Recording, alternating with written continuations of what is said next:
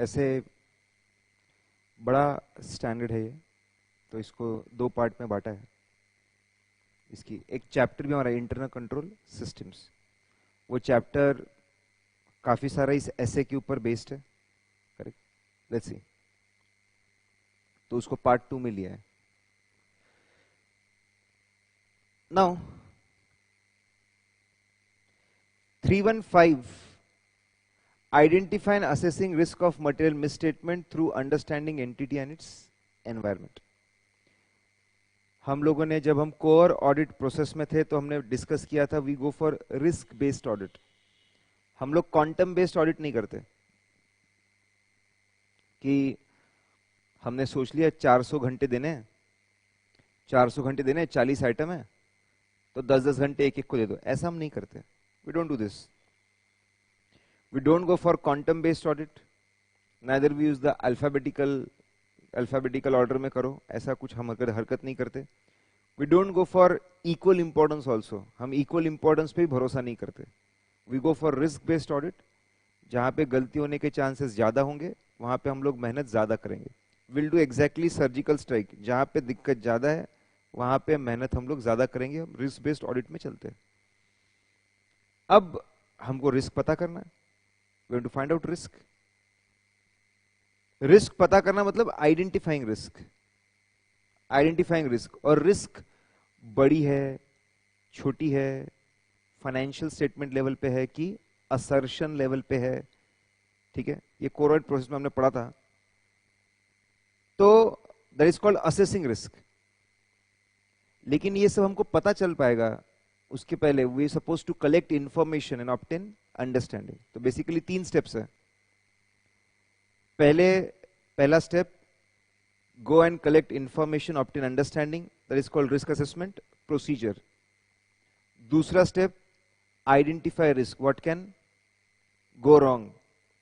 तीसरा step, assess risk, is a small risk और it is a big risk. ऐसे 3 steps होते हैं। तो इस पर्टिकुलर स्टैंडर्ड में ये 3 स्टेप्स के बारे में हमको जानकारी दी हुई है। ये समझा आपको? ठीक है, क्योंकि जो कोर ऑडिट प्रोसेस जो पढ़ चुके हैं उनको एक एब्सोल्यूट क्लैरिटी कि ऐसे 3 स्टेप्स होते हैं। ठीक है, जिन्होंने नहीं देखा है उनको शायद कंफ्यूजन हो सकता है। नाउ तो ये पूरा स्टैंडर्ड ये 3 स्टेप्स के आजू बाजू ही चलता रहेगा। अब before we go into these 3 steps, we should know types of risks and inter relationship। ठीक है, बहुत आसान। लेट्स सी, किसी भी ऑडिट पे आप जाते हो तो इनिशियली आप अज्यूम कर लो that there are no internal control systems. आप ये अज्यूम कर लो, करेक्ट? और फिर सोचो कि कौन से एरिया में गलती होने के चांसेस बहुत ज्यादा है। तो आपको मिलेगा inherent risk. You will get inherent risk because of basic nature of the business ही ऐसा है या वो आइटम ही ऐसा है, उस वजह से कुछ रिस्क निकल कर आती है, उसको बोलते हैं इनहेरेंट रिस्क।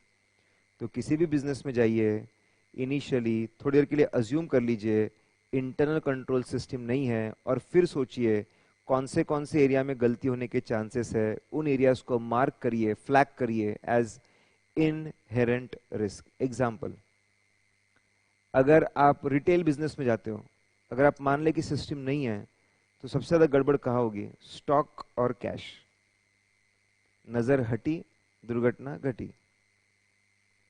अगर आपका ध्यान नहीं है तो जो माल सप्लाई करके जाता है वही कुछ चीजें कम सप्लाई करेगा, बॉक्स पूरा रखेगा, अंदर की चीजें गायब रहेगी। ऐसा होता है, करेक्ट? तो स्टॉक में बहुत गड़बड़ हो सकती है। आपका ध्यान नहीं है, कोई कस्टमर बिना बिलिंग के सामान लेके जाएगा, तो सबसे ज्यादा गड़बड़ कहाँ हो सकती है? स्टॉक में। और कैश, इसलिए ठीक है, काउंटर पे एक फैमिली मेंबर बैठे रहता है, ठीक है, एक एक को रिलीव करते हैं, भाई तू जा फिर मैं आया, क्योंकि कैश में गड़बड़। कैश एक बार जेब में चली गई, किसकी कैश है वो प्रूव करना मुश्किल है। तो यहां पे गड़बड़ है, बाकी जगह कंपैरेटिवली कम चांस है गड़बड़ के। ये दो जगह बहुत ज्यादा है, stock and cash. Coaching classes है, कोचिंग क्लासेस है, तो यहां पे अगर इंटरनल कंट्रोल सिस्टम नहीं है तो कहां पे गड़बड़ हो सकती है? फीस कलेक्शन ऑफ क्लासरूम का रेंट है, अरे फिक्स्ड है यार, अग्रीमेंट है, हर महीने वो रेंट जाता है। सैलरी है वो तो फिक्स्ड है, इलेक्ट्रिसिटी बिल का वो बिल आता है, बाकी सारे जो आइटम्स है वो कंपैरेटिवली फिक्स्ड है यार, but the fees collection can be a issue. बराबर, स्टूडेंट और जो एम्प्लॉय है फीस कलेक्ट करने वाला, उनमें आपस में अच्छी अंडरस्टैंडिंग हो गई अच्छी अंडरस्टैंडिंग होगी तो उससे भी दिक्कत हो सकती है। So but I want to say that okay, so fees is having inherent risk. और क्यों अज्यूम करते इंटरनल कंट्रोल सिस्टम नहीं है? तभी हमको रियल नेचर समझेगा उस पर्टिकुलर फाइनेंशियल आइटम का। बात समझ रहे? मतलब जब आपको कोई देख नहीं रहा होता है, no one is observing you, तब आप क्या करते हो? आपका रियल बिहेवियर है that is your real behaviour. Correct? तो किसी भी असाइनमेंट में जाइए, थोड़ी देर के लिए अज्यूम करिए इंटरनल कंट्रोल सिस्टम नहीं है, and then think which items can go wrong, you will get inherent risk. तो आपको पता चला कि 100 आइटम्स में से, फाइनेंशियल स्टेटमेंट में 100 आइटम्स थे, 100 आइटम्स में से आपको इनहेरेंट रिस्क मिली 20 में। अब इस रिस्क को कॉम्पनसेट कैसे कर सकते हैं? अच्छे सिस्टम्स लगाकर, अच्छे सिस्टम्स लगाकर आप इसको कॉम्पनसेट कर सकते हैं। मतलब सर, आप बोल रहे थे ना रिटेल में किस में रिस्क है? स्टॉक और कैश। आप डेली कैश काउंटिंग और स्टॉक काउंटिंग लगा दीजिए, डेली डेली काउंटिंग करते सिस्टम से मैच करते हैं, क्या बात है। कुछ भी गड़बड़ है तो पकड़ा जाएगा तभी के तभी। लोग आते हैं तो चेक करिए कितना सामान है, कैश अलग से रखवाइए, उनके अलग से एक लॉकर है उसमें रखवा दीजिए। लोग आते तो चेकिंग करें, जाते तो चेकिंग करिए। तुम आते वक्त कितना कैश लेके आए थे, जाते वक्त कितना कैश लेके जा रहे हो, हम चेकिंग करेंगे। आते वक्त कितना सामान लेके आए थे, जाते वक्त कितना सामान लेके आ रहे हम चेकिंग करेंगे। बहुत बढ़िया। आपने कैश और स्टॉक के लिए एम्प्लॉयज आते वक्त जाते वक्त चेकिंग का लगवा दिए, आपने डेली कैश काउंटिंग लगा दिए, आपने सीसीटीवी लगा दिए पूरे जगह पे। कोई अनबिल्ड सामान लेके नहीं जाना चाहिए, इसलिए आप मैग्नेटिक डिवाइसेस यूज करते हो। जबरदस्त सिस्टम है। आप कॉम्पनसेट कर लेंगे, तोड़ देंगे उस रिस्क को, ठीक है।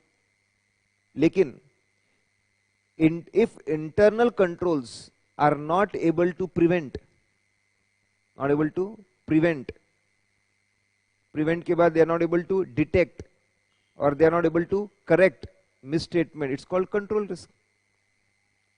अगर आप प्रिवेंट कर नहीं पा रहे, डिटेक्ट नहीं कर पा रहे, करेक्ट नहीं कर पा रहे, तो that is a control risk. Purchase में आपका परचेस ऑर्डर कोई अप्रूव नहीं करता, प्रिवेंटिव कंट्रोल्स नहीं है। गुड्स आने के बाद कोई क्वांटिटी और क्वालिटी चेक नहीं करता, डिटेक्टिव कंट्रोल्स नहीं है। मंथ एंड पे स्टॉक काउंटिंग करके मैच नहीं करता और एडजस्ट नहीं करते स्टॉक को आप, करेक्टिव कंट्रोल्स नहीं है, कंट्रोल रिस्क, ठीक है। तो बेसिक नेचर, ठीक है, बेसिक नेचर की वजह से जो गलती होने के चांसेस है, दैट इज इनहेरेंट रिस्क। उसको कॉम्पनसेट कर सकते कंट्रोल्स, तो that is control risk. Yes no? दोनों को कंबाइन करेंगे तो पता चलेगा कि गलतियां फाइनेंशियल स्टेटमेंट तक पहुंचेगी कि नहीं पहुंचेगी। That is called risk of material misstatement, RMM. chances that financial data, financial statements which are presented to auditor before the audit, they are misstated, prior to audit they are misstated, उसको बोलते हैं risk of material misstatement। आपका जो left side का part है ये management के हाथ में, बिजनेस कौन सा करना और कैसे करना इनहेरेंट रिस्क मैनेजमेंट के हाथ में, सिस्टम्स कौन से इंप्लीमेंट करना कंट्रोल रिस्क मैनेजमेंट के हाथ में। करेक्ट? तो ये जो पूरा है ये दोनों और इनको कंबाइन करके जो बनता है RMM, risk of material misstatement, ये सब कुछ मैनेजमेंट के हाथ में। तो एज अ ऑडिटर हम क्या करते हैं, इसको हम इसको आइडेंटिफाई एंड असेस करते हैं। हम ये पता करते हैं कहां पे रिस्क ऑफ मटेरियल मिसस्टेटमेंट है और कितना बड़ा रिस्क ऑफ मटेरियल मिसस्टेटमेंट है। मैं इसको कम ज्यादा नहीं कर सकता। आई कैन नॉट इंक्रीज और decrease, that's not with in my powers. I can only identify and I can assess. ये पूरा पोर्शन मैनेजमेंट के हाथों में। फिर मेरे हाथ में क्या है, मेरे हाथ में है detection risk. Chances that our audit procedures will not be able to identify material misstatements. हमारी ऑडिट प्रोसीजर बड़ी बड़ी गलतियों को पकड़ नहीं पाएंगे, उस चांसेस को हम बोलते डिटेक्शन रिस्क। रिस्क मतलब गलत होने के chances, that is detection risk.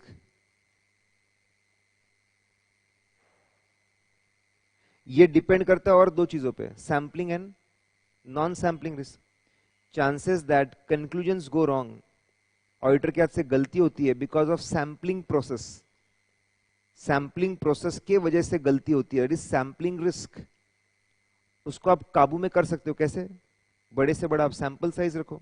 जितना बड़ा आप सैंपल साइज रखोगे, जितना अच्छे से उसको केयरफुली सिलेक्ट करोगे, करेक्ट, उतनी आपकी सैम्पलिंग रिस्क कम हो जाएगी। यस नो, ठीक है। फिर then it depends non sampling risk. Sir non sampling risk मतलब chances that auditor's conclusion goes wrong not because of sampling but because of inadequate, inappropriate audit procedures। अरे तूने audit process बराबर नहीं लगाई, तूने सैम्पलिंग किया लेकिन तेरे को उस चीज को 2 जगह से 3 जगह से चेक करना था, बहुत सारी प्रोसीजर लगानी थी, तूने वो नहीं लगाई। फिक्स एसेट की सैम्पलिंग की, तू सिर्फ बिल देख के आ गया। अरे तेरे को उसका डेप्रिसिएशन चेक करना था, तेरे को उसका रिवैल्यूएशन चेक करना था, तेरे को AS10 चेक करना था, फिजिकल वेरिफिकेशन करना था, कुछ भी नहीं किया तूने। सैम्पलिंग को दोष मत दे, जो ऑडिट प्रोसीजर लगाई उसको दोष दे। तो वो कौन सी रिस्क है, नॉन सैम्पलिंग रिस्क। बस समझिए आपको ये? ओके। तो जो लेफ्ट साइड का पार्ट है, जो लेफ्ट साइड का पार्ट है किसके हाथ में, मैनेजमेंट के। राइट साइड का पार्ट है डिटेक्शन रिस्क, किसके हाथ में, ऑडिटर के। अब auditor, now auditor manages them, उसको मैनेज करता है कैसे, जहां पे रिस्क ऑफ मटेरियल मिसस्टेटमेंट ज्यादा है वहां पे वो इतने बड़े बड़े सैंपल लेगा, सैम्पलिंग रिस्क कम रखेगा, बहुत ज्यादा प्रोसीजर लगाएगा, नॉन सैम्पलिंग रिस्क कम रखेगा, डिटेक्शन रिस्क को कम से कम रखेगा। He will inversely adjust, he will inversely adjust detection risk. Getting this point? और जहां पे RMM कम है, he can afford to relax. छोटा सैंपल ले, कम प्रोसीजर लगा, it's absolutely fine. He can afford to keep detection risk high. ऐसा करने से वो एफिशिएंट और इफेक्टिव बनेगा। ऐसा नहीं करोगे तो गधा मजूरी हो जाएगी बहुत ज्यादा। तो डिटेक्शन रिस्क कैसे एडजस्ट करेगा वो, इनवर्सली। He is going to adjust it inversely, inversely उसको एडजस्ट किया जाएगा। Do you agree with me? बात समझ रहे आप? बहुत आसान। जैसे पैरेलल एग्जांपल, अगर बारिश का सीजन है और अगर म्युनिसिपल कॉरपोरेशंस बोलते हैं कि पानी केयरफुल रहिए, पानी इतना अच्छा नहीं है, आप उसको RO भी करेंगे, करेक्ट, आप उसको बॉयल भी करेंगे, आप उसको शायद कुछ दवाई भी डालेंगे, and then maybe will consume and be extra cautious. वही अगर आप हिमालय ट्रैकिंग पे जा रहे हैं, वहाँ पे झरनों का पानी है, दूर दूर तक कोई पोल्यूशन नहीं है, आप शायद अपनी बॉटल लेंगे, you will take the water and drink directly. तो सिंपल है, जहाँ पे रिस्क ज़्यादा थी हमने वहाँ पे मेहनत ज़्यादा की, जहाँ पे रिस्क कम थी वहाँ पे मेहनत कम की, करेक्ट? ओके। क्विकली, हम लोग detection, risk of material misstatement, detection इसका कैसा रिलेशन है? इनवर्स। जहां पे रिस्क ज्यादा होगी मेहनत बहुत ज्यादा करेंगे ताकि हमारे हाथ से गलती ना हो, डिटेक्शन रिस्क इज लेस। जहां पे आरएमएम कम है we can afford to relax, detection risk को हम हाई भी रख सकते हैं, कोई प्रॉब्लम नहीं है। अब इन दोनों को कंबाइन करेंगे, then we get audit risk. What is audit risk? Chances that our final opinion is inappropriate. मेरा जो मैं अल्टीमेट ओपिनियन दे रहा हूं ऑडिट रिपोर्ट में, जो ओपिनियन वो गलत होने के चांसेस को मैं क्या बोलता हूं? Audit risk. अच्छा, that is called audit risk. यहां पे उन्होंने बोला है और डिटेल में, chances that you give a clean opinion, unmodified opinion, where modified opinion was required. मतलब आप क्लीन ओपिनियन देके आ गए, जबकि क्या करना था? मॉडिफाई करना था। उन्होंने इसको ऑडिट रिस्क में लिया है। सुनो अब मैं क्या बोल रहा हूं, ध्यान से देखो। मैंने बोला दैट अल्टीमेट ओपिनियन गलत होने के चांसेस है, अल्टीमेट ओपिनियन गलत होने के चांसेस है, उसको मैं क्या बोलता हूं? Audit risk. अब ओपिनियन में दो तरह की गलती हो सकती थी। मैं क्लीन दे के आ गया जबकि मॉडिफाइड देना था, और उल्टा मैं मॉडिफाइड दे के आ गया जबकि क्लीन देना था। उन्होंने सिर्फ एक को ही कवर किया है कि मैं क्लीन दे के आ गया जबकि क्या करना था? मॉडिफाइड। उनका कहना है प्रैक्टिकल लाइफ में इसकी चांसेस बहुत ज्यादा है कि ऑडिटर क्लीन दे के आ गया जबकि मॉडिफाइड देना था। ये तो बोले सिर्फ थियोरेटिकल है, एकेडमिकल है कि मैं मॉडिफाइड दे के आ गया जबकि क्या देना था? क्लीन। प्रैक्टिकल लाइफ बोले ऐसे कैसे होगा? ऐसे कैसे? जो क्लाइंट जान ले लेगा हमारी, ऐसे कैसे मैं मॉडिफाइड दे के आ जाऊंगा जब मुझे क्या देना चाहिए था? क्लीन ओपिनियन देना चाहिए था। इसके चांसेस बहुत कम है, उसको उन्होंने कवर ही नहीं किया है। आगे लिखा हुआ है वो, समझ रहे आप? क्योंकि आपको एग्जाम में पूछ सकते हैं। Audit risk covers only one thing, जहां पे हम एक तरह की रिस्क कवर करता है कि हम क्लीन देख के आ गए और हमको क्या देना था? मॉडिफाइड ओपिनियन देना था। That is audit risk. बच्चों को कंफ्यूजन होता है ऑडिट रिस्क और डिटेक्शन रिस्क, दोनों अलग है। मेरी प्रोसीजर्स फेल हो जाएगी, दैट इज डिटेक्शन रिस्क, और मेरा फाइनल ओपिनियन फेल हो जाएगा, that is my audit risk. दोनों में फर्क समझे आपको? बात समझ रहे? Is this point clear?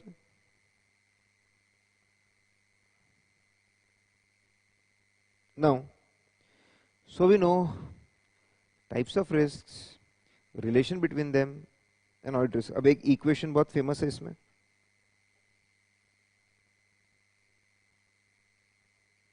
जो बचपन से आप देख रहे होंगे। मेरा ओपिनियन, ऐसा बोल के मेरा ओपिनियन गलत हो जाएगा, ठीक है? ये डिपेंड करता है मुझे जो फाइनेंशियल स्टेटमेंट दिए गए ऑडिट करने के लिए वो कितने गंदे हैं, वो कितने बेकार है। रिस्क ऑफ मटेरियल मिसस्टेटमेंट, और मैंने उस पर कितनी मेहनत की, ऐसा बोलोगे, दैट इज डिटेक्शन रिस्क। और आरएमएम डिपेंड करता है इनहेरेंट रिस्क कितनी थी, nature of the business, nature of the assets, nature of management, और कंट्रोल्स कैसे लगाए गए थे। अल्टीमेटली ये इक्वेशन बनता है, audit risk equal to inherent risk into control risk into detection risk. ठीक है? अब मैं आपको बता दूं, ऑडिट रिस्क को तय करते हैं, तय किया जाता है इसको। ऑडिट रिस्क को तय किया जाता है जब हम ऑडिट स्ट्रेटेजी बनाते रहते हैं ना, तभी, कि मैं ऑडिट रिस्क को 1% रखना चाहता हूं, 5% रखना चाहता हूं, कि 10% रखना चाहता हूं। कितना सेंसिटिव असाइनमेंट है उस पर हम तय करते हैं। जैसे अगर अभी हम बोलूं कि पंजाब नेशनल बैंक है, इतना बड़ा फ्रॉड निकला था, बहुत सेंसिटिव असाइनमेंट है, अभी अभी फ्रॉड निकला है, लोग बहुत ज्यादा कंसर्न्ड है, बहुत ज्यादा ध्यान दे रहे हैं, और एक गलती अगर हुई तो बहुत इसके कॉन्सिक्वेंसेस बेकार हो सकते हैं। 1% रिस्क रखना है मेरे को, थोड़ी रिस्क तो रहती है, 1% लोएस्ट। एक प्रोप्राइटर ट्रेडिंग कंपनी, किसी को कोई खास फर्क नहीं पड़ता कि ये कितना प्रॉफिट कमा रहे हो कितना नहीं, उनको ही फर्क पड़ता है। I can afford to relax, 20% audit risk, मेरे ऊपर कुछ आने नहीं वाला है। हमको स्ट्रैटेजी बनाते वक्त तय करना पड़ता है कि मैं ऑडिट रिस्क कितनी रखूंगा। सपोज हम लोगों ने ऑडिट रिस्क रखी है 10%, 0.1। फिर हम लोगों ने रिस्क असेसमेंट में पता किया इनहेरेंट रिस्क कितनी है, what is the inherent risk of the area. हमको पता चला कि 40% चांसेस है,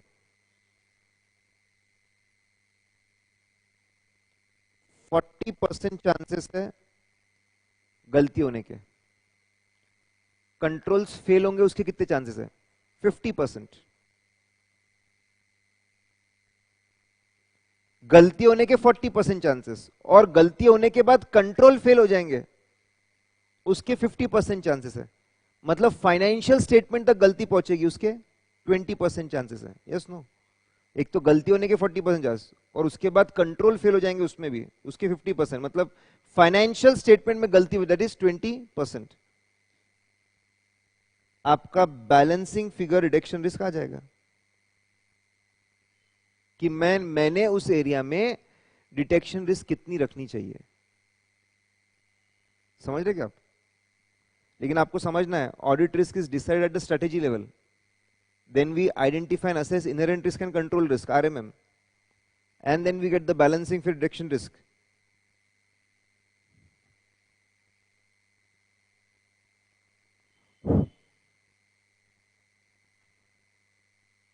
Now अगर एक कैलकुलेशन करेंगे तो बताओ भाई मेरे को कैलकुलेशन करके। 0.4 0.4 5 20, 0.2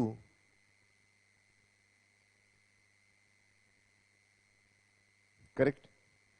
तो आपकी रिडक्शन रिस्क होगी कितनी, 0.5, दैट इज 50%। अब मुझे एक स्टेटमेंट बोलना था जो समझने के लिए ये जरूरी है। स्टेटमेंट बोलना था, क्या statement? Detection risk is inversely adjusted in such a manner so that audit risk is within acceptable limits. समझ रहे आप? अगर मैं डिटेक्शन रिस्क को 50% रखूंगा तो मेरी ऑडिट रिस्क एक्सेप्टेबल लिमिट में रहेगी 10% के। करेक्ट।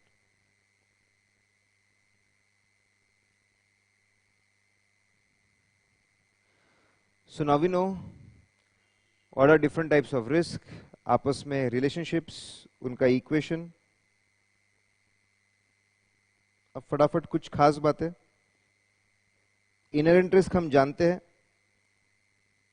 मेरा ऐसा मानना है कि पहले अंडरस्टैंडिंग आए और अब definitions. The susceptibility of an assertion about a class of transaction, account balance or disclosure to a misstatement that could be material either individually or when aggregate with other misstatement before consideration of any related controls. If you try to rectify as it is, पहले आपको सही मतलब पता होना चाहिए, first step. फिर वो sentence पढ़ने के बाद उसका सब समझ में आना चाहिए मतलब, then you can write in your own words. भाई हम कैसे लिखेंगे?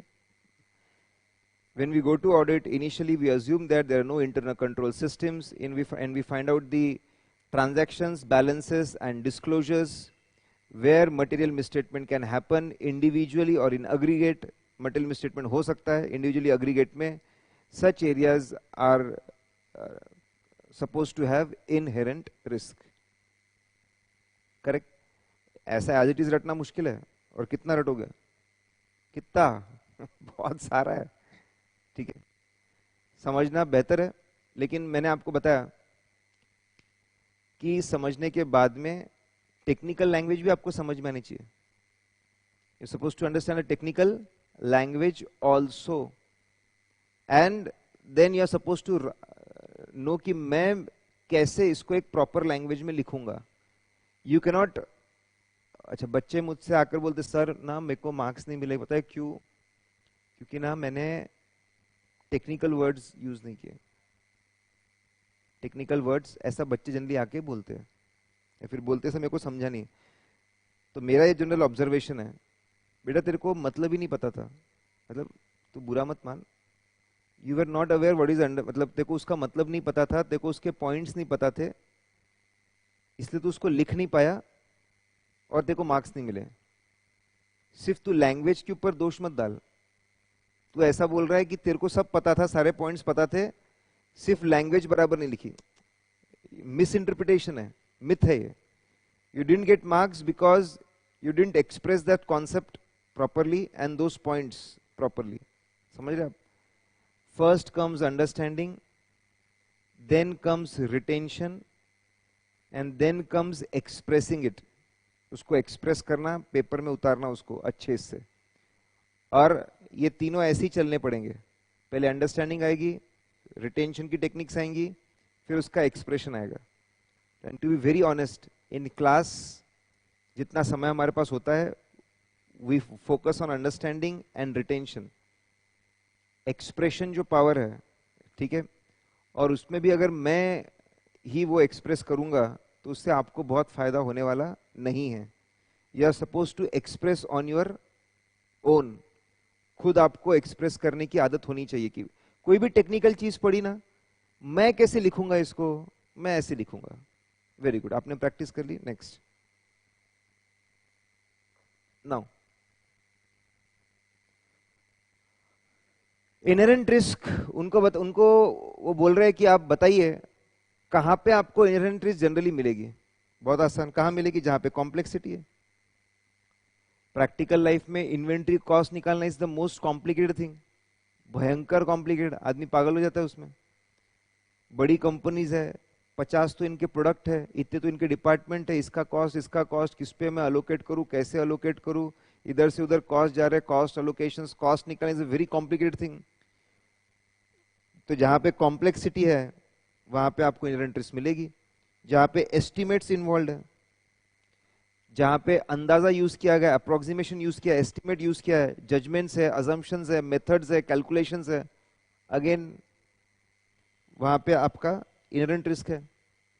देखो छोटे छोटे कॉन्सेप्ट है, हम बहुत सारे कॉन्सेप्ट कवर करने की कोशिश करते हैं भी यहाँ क्लास में.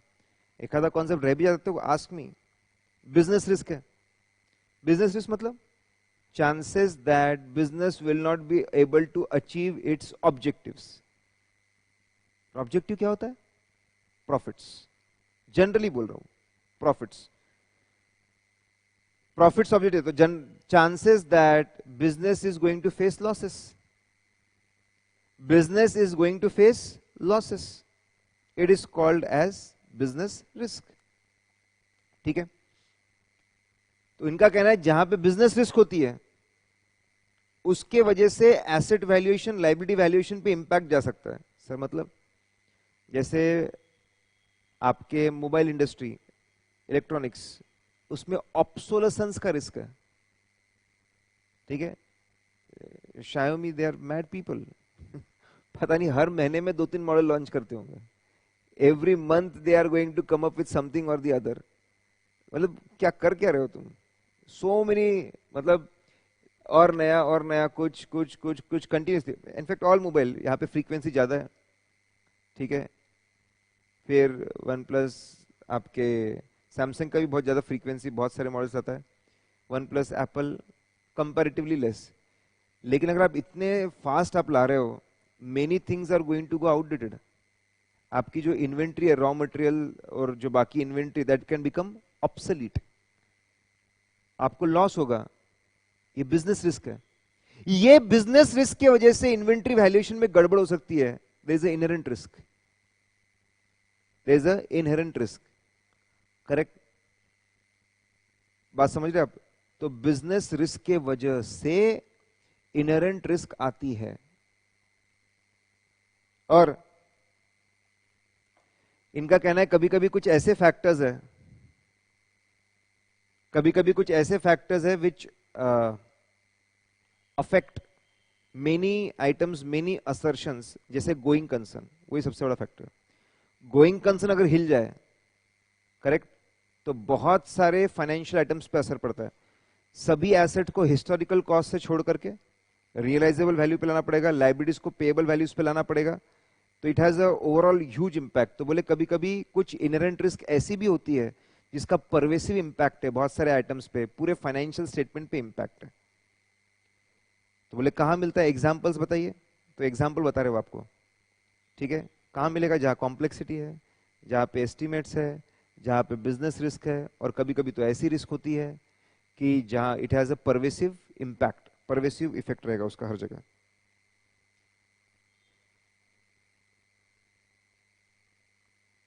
कंट्रोल रिस्क हम जानते हैं, देखो फटाफट डेफिनेशन हम जानते हैं।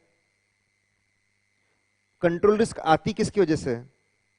तीन बातें भी दी है। या तो डिजाइन प्रॉब्लम है, मतलब डिजाइन प्रॉब्लम मतलब इंटरनल कंट्रोल आपने स्टेप ही नहीं है, स्टेप ही नहीं है आपका, प्रोसीजर ही नहीं है, मतलब डिजाइन ही प्रॉब्लम है। मतलब क्या? No monthly stock count rule. अरे आपके इंटरनल कंट्रोल सिस्टम में मंथली काउंटिंग का रूल ही नहीं है, मंथली काउंटिंग की प्रोसीजर ही नहीं है, वो स्टेप ही नहीं है, मतलब there is a designing problem, system बराबर बनाया ही नहीं है। या तो इंप्लीमेंटेशन प्रॉब्लम हो सकता है, बनाया है लेकिन इंप्लीमेंट करने के लिए कोई स्टाफ नहीं है, या फिर स्टाफ उसको इंप्लीमेंट करता नहीं है, उसकी वजह से प्रॉब्लम हो सकता है, कंट्रोल्स कैन फेल। या फिर तीसरा, मेंटेनेंस, आपकी आपके नए प्रोडक्ट्स ऐड हो रहे हैं, स्टॉक शीट में एडिशन ही नहीं हो रहा है, स्टॉक शीट में नए प्रोडक्ट्स ऐड होने चाहिए, वो ऐड ही नहीं हो रहा है, मेंटेनेंस प्रॉब्लम है। कंट्रोल रिस्क में हमें डेफिनेशन क्यों हो सकता है? 100% elimination not possible, human errors है, 100% एलिमिनेशन नहीं कर सकते। टॉप मैनेजमेंट कभी भी सिस्टम को ओवरराइड कर सकता है, उसके नीचे के लोग कोल्यूड कर सकते हैं, उसके नीचे के लोग ह्यूमन एरर हो सकता है। तो बोले आप 100% तो कोई रिस्क को आप खत्म कर ही नहीं सकते। टॉप मैनेजमेंट का ओवर रिडन है, नीचे के लोग कोलिजन मारेंगे, और नीचे के लोग हो सकता है ह्यूमन एरर हो जाए उनके हाथ से। Combined assessment versus separate assessment. बड़ी कंपनी है, बहुत ही बड़ी कंपनी है, उन्होंने खुद अपना रिस्क असेसमेंट किया है, अलग अलग रिस्क निकाले हैं, अलग अलग उनके हर रिस्क को एक कंट्रोल है, तो आप वहां पे सेपरेट असेसमेंट करते हो। पहले इनहेरेंट रिस्क, फिर कंट्रोल रिस्क, दोनों कंबाइन करके आरएमएम। छोटी सी कंपनी है, क्या साहब क्या क्या बोल रहे हो आप, कुछ समझ में नहीं आ रहा है मेरे को। आप जाओ किराने वाले का दुकान चेक करने के लिए, where is your inherent risk, where your internal control systems, correct, I want to see the control risk, then I want to combine make RMM. क्या, किधर? अपने सीए के बच्चों को ही नहीं समझता, उनको क्या समझेगा, क्या बोल रहा है, बोले पागल हो गए, बाहर निकलो। छोटे एंटिटीज में डायरेक्ट आप कंबाइंड असेसमेंट, डायरेक्ट आरएमएम निकालो, कौन से एरिया में कितनी गलती हो सकती है, डायरेक्ट वो निकालो, आगे बढ़ो। आरएमएम जानते हैं, डिटेक्शन रिस्क जानते हैं, आपस में इंटर रिलेशनशिप हम जानते हैं, ऑडिट रिस्क के भी जानते हैं। हमने यही बताया कि क्या इंक्लूड नहीं होता है, does not include the risk that auditor might express an opinion that financial and material misstated when they are not, इसके चांसेस प्रैक्टिकली नील है। अच्छा, ऑडिट रिस्क में और क्या नहीं है? ऑडिट फर्म के ऊपर कितनी बड़ी बड़ी पेनल्टीज लगेगी, कितने बड़े बड़े फाइन लगेंगे, बैन लगेगा, क्या उनके रेपुटेशन का क्या डैमेज होगा, ये सब कुछ नहीं सोचा जाता ऑडिट रिस्क में। Business risk of the audit firm, audit firm के बिजनेस को कितना लॉस होगा, ये नहीं सोचा जाता किसमें? ऑडिट रिस्क में। तो 315 that was the first part, different types of risk, आपस में इंटर रिलेशनशिप। एक खास बात पड़ी इनहेरेंट रिस्क की, कहां कहां मिलता है, कुछ खास बात पड़ी कंट्रोल रिस्क की, separate assessment, combined assessment. RMM में कुछ खास नहीं था, डिटेक्शन रिस्क के बारे में पहले ही जान चुके थे, इनवर्सली उसको एडजस्ट करते ताकि ऑडिट रिस्क कंट्रोल में रहे। और आखिरी में ऑडिट रिस्क में खास बात थी कि उसमें हम मॉडिफाइड ओपिनियन देके आ गए, जबकि सब कुछ अच्छा था, ये कवर नहीं होता क्योंकि इसके प्रैक्टिकल चांसेस नील है, और इसमें ऑडिट फर्म की बिजनेस रिस्क भी कवर नहीं होती है। ठीक है।